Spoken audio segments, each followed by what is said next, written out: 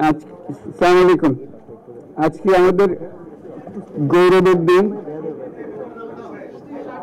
যে যে বিপ্লবের মাধ্যমে বাংলাদেশ আজকে নতুন বিজয় দিবস সৃষ্টি করলো, সেটাকে সামনে রেখে এবং আরো মজবুত করে আমাদেরকে সামনে এগিয়ে যেতে হবে। যারা এটা সম্ভব করেছে, যে তরুণ সমাজ, তাদের প্রতি আমি আবার সমস্ত প্রশংসা এবং কৃতজ্ঞতা জানাচ্ছি তাদেরকে। তারা আমার পাশে আছে। এরা এই দেশকে রক্ষা করেছে, এই দেশকে নতুনভাবে পুনর্জন্ম দিয়েছে এবং এই পুনর্জন্মে যে বাংলাদেশ পেলাম, সেই বাংলাদেশ যেন অত্যন্ত দ্রুত গতিতে এগিয়ে চলতে পারে, সেটাই হলো আমাদের শপথ। সেটা আমরা রক্ষা করতে চাই, এগিয়ে যেতে চাই। আজকে আবু সাঈদের কথা মনে পড়ছে আমাদের, যে আবু সাঈদের ছবি বাংলাদেশের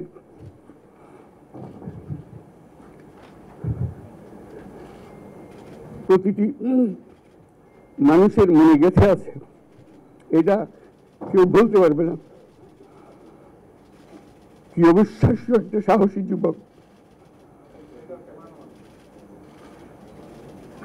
বন্দুকের সামনে দাঁড়িয়ে আছে এবং তারপরে থেকে কোন যুবক, কোন যুবতী আর হার মানে নাই, সামনে এগিয়ে গেছে এবং বলছি যত গুলি মারো, মারতে পারো, আমরা আছি। তো যার কারণে এটা সারা বাংলাদেশ জুড়ে এই আন্দোলন ছড়িয়ে গেছে এবং যার কারণে বাংলাদেশ এই দ্বিতীয়বার স্বাধীনতা অর্জন করলো। এই স্বাধীনতাটা আমাদেরকে রক্ষা করতেই হবে। শুধু রক্ষা করা নয়, এই স্বাধীনতার সুফল প্রতিটি মানুষের ঘরে পৌঁছাতে হবে। তা না হলে এই স্বাধীনতার কোনো দাম নাই। এই স্বাধীনতাটাকে পৌঁছানোর হলে আমাদের শপথ, আমাদের প্রতিজ্ঞা যে আমাদেরকে এটা করতে হবে, ঘরে ঘরে পৌঁছাতে হবে। মানুষ যেন জানে যে বাংলাদেশ স্বাধীন হওয়ার অর্থ হলো তার নিজের পরিবর্তন, ব্যক্তির পরিবর্তন, সুযোগের পরিবর্তন, তার ছেলে মেয়ের ভবিষ্যতের পরিবর্তন। এটা যেন প্রত্যেকে বুঝে নেয় এবং আজকে তরুণ সমাজকে বোঝানো যে এই দেশ এটা তোমাদের হাতে, তোমরা এটাকে তোমাদের মনের মতো করে গড়ে তুলবে। তোমরা যেভাবে স্বাধীন করতে পেরেছো, তোমরা এটাকে তোমাদের মনের মতো করে গড়তেও পারবে এবং তোমাদের দেখে সারা দুনিয়া শিখবে কিভাবে একটা দেশ, একটা তরুণ সমাজ গ্রহণ করতে পারে এবং তাকে পাল্টে ফেলতে পারে। তাদেরকে আমি বারে বারে এমনি উপদেশ দিই যে পুরনোদেরকে বাদ দাও, তাদের এই পুরনো চিন্তা দিয়ে এটা মুক্তি আমাদের হবে না। করি সারা দুনিয়ার মধ্যে এটা হবে না। এটা শুধু বাংলাদেশের কথা না, সারা দুনিয়াকে জুড়ে কথা বলছি। তোমাদের মধ্যে যে শক্তি আছে, যে ক্রিয়েটিভিটি আছে, সৃজনশীলতা আছে, সেই সৃজনশীলতাকে কাজে লাগাতে হবে। এটা শুধু বই খাতাতে লেখার জিনিস না, এটাকে প্রকাশ করার জিনিস, স্থাপন করার জিনিস, এটা করা। এটা আমরা এই আজকে আমাদের পুরো কাজটা হলো, দায়িত্বটা হলো, তারা যেটা অর্জন করে নিয়ে এসছে এখন তাদেরকে দিয়ে এটাকে করিয়ে দেওয়া, আমাদের সমস্ত কাঠামোগুলো পরিষ্কার করে দেওয়া। সরকার বলে একটা জিনিস আছে, কিন্তু মানুষের কোনো আস্থা নেই। মানুষ মনে করে সরকার একটা দমন পীড়নের একটা যন্ত্র, যেখানে পায়, যেখানে সুযোগ পায় তার একটা কষ্ট দেওয়া, তার থেকে নিংড়ে দেওয়া, যে সকল স্তরে। এটা হলো তার থেকে কেমন ভাবে সামাল দিতে হবে, তাকে একটা ভয়ের একটা জিনিস, তাকে সামাল দিয়ে চলা। এটা হলো সরকার। এটা সরকার হতে পারে না। সরকারকে দেখে মানুষের বুক ফুলে উঠবে যে আমাকে সাহায্য করবে, আমাকে রক্ষা করবে, আমার সরকার আমার জন্য দাঁড়াবে। সরকার তার জন্য দাঁড়ায় না কোনো সময়। যে সরকার হবে সেই সরকার মানুষকে রক্ষা করবে, মানুষের আস্থাভাজন হবে। এটা কেউ জোর করে তাকে বলার জন্য ভালো আছে, এটা না। সে নিজে নিজে বিশ্বাস করবে, সরকারি লোক দেখলে বলবে আমার লোক, আমাকে রক্ষা করার লোক। সেই আস্থাটা আমাদেরকে ফিরিয়ে আনতে হবে মানুষের মনে।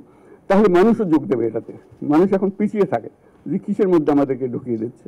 আমরা যদি জানতে পারি যে এইটা আমরা সবাই মিলে আমরা অগ্রসর হতে পারি। একটা বড়, সারা বাংলাদেশ একটা বড় পরিবার। এই পরিবার আমরা একসঙ্গে চলতে চাই এবং আমাদের মধ্যে দ্বিধা দ্বন্দ্ব যা কিছু সরিয়ে ফেলতে চাই। যারা বিপথে গেছে তাদেরকে পথে আনতে চাই, যাতে করে একসঙ্গে আমরা কাজ করতে পারি। এর মধ্যে আমরা শুনলাম, আসার পথে শুনে আসছি যে এখানে আইন শৃঙ্খলার ব্যাঘাত হচ্ছে, মানুষকে আক্রমণ করছে, ঘরবাড়ি জ্বালিয়ে দিচ্ছে, সম্পদ জ্বালিয়ে নষ্ট করছে, চুরি করছে, দিয়ে যাচ্ছে, অফিস আদালতে আক্রমণ করছে, সংখ্যালঘুদের উপর আক্রমণ করছে, হিন্দু, বৌদ্ধ, খ্রিস্টান, আহমদিয়া সবার উপর আক্রমণ করছে। এগুলো হলো ষড়যন্ত্রের অংশ। এগুলো আমাদের বিষয় না।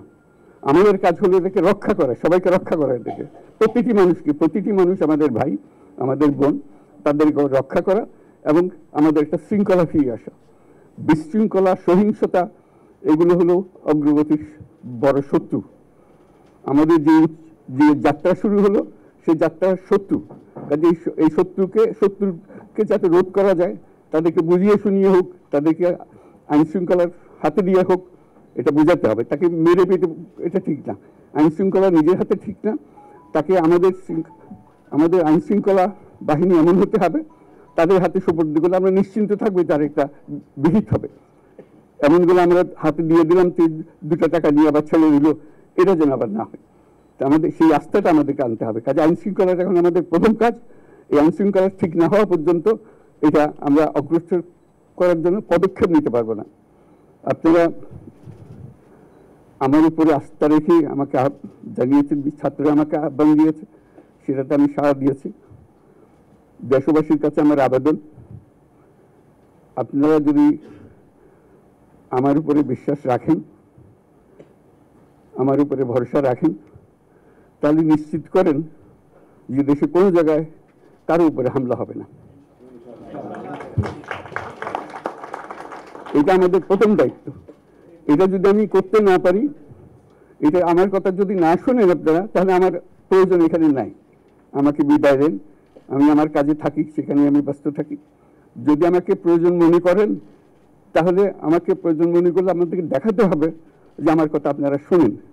আমার কথা না শুনলে আমার কোনো প্রয়োজন নাই। আমার প্রথম কথা হলো, আপনারা বিশৃঙ্খলা থেকে দেশকে রক্ষা করেন, আপনারা সহিংসতা থেকে দেশকে রক্ষা করেন, যাতে আমরা যা আমাদের ছাত্ররা আমাদেরকে পথ দেখায়, সেই পথে আমরা এগিয়ে যেতে পারি। এটা একটা খুব সুন্দর দেশ হতে পারে। বাংলাদেশ একটা খুব সুন্দর দেশের সম্ভাবনাময় দেশ। কাজে এই সম্ভাবনাগুলোকে আমরা নষ্ট করে দিয়েছি। এখন আবার সেই বীজতলা আবার তৈরি করতে হবে, আবার আমাদেরকে জেগে উঠতে হবে। তারাই এই বীজতলা তৈরি করবে, তাদের হাত দিয়েই হবে, এবং তাদের দিকে আমরা তাকাবো এবং আমরা তাদের নির্দেশ মতে আমরা অগ্রসর হব। এখানে সরকারি কর্মকর্তা কর্মচারী যারা আছেন, সেনাবাহিনী, বিমান বাহিনী, নৌবাহিনী প্রধানরা যারা আছেন, তাদের প্রতি অনুরোধ, আমরা একটা পরিবার, এইটার মধ্যে যেন আমাদের গোলযোগ না হয়, আমরা একযোগে একসাথে চলতে পারি এবং আমরা তড়িৎ গতিতে একটা সুন্দর বাংলাদেশ গড়ার পথে এগিয়ে যেতে পারি। সেটাই আমার কামনা। আপনাদের সবার কাছে আবেদন, আমাদেরকে সেই সুযোগ দিন, আমরা সেই পথে আমরা যেন অগ্রসর নিজেই প্রশান্তি পাই। পৃথিবীর সবাই আগ্রহ করে তাকিয়ে আছে আমাদের দিকে।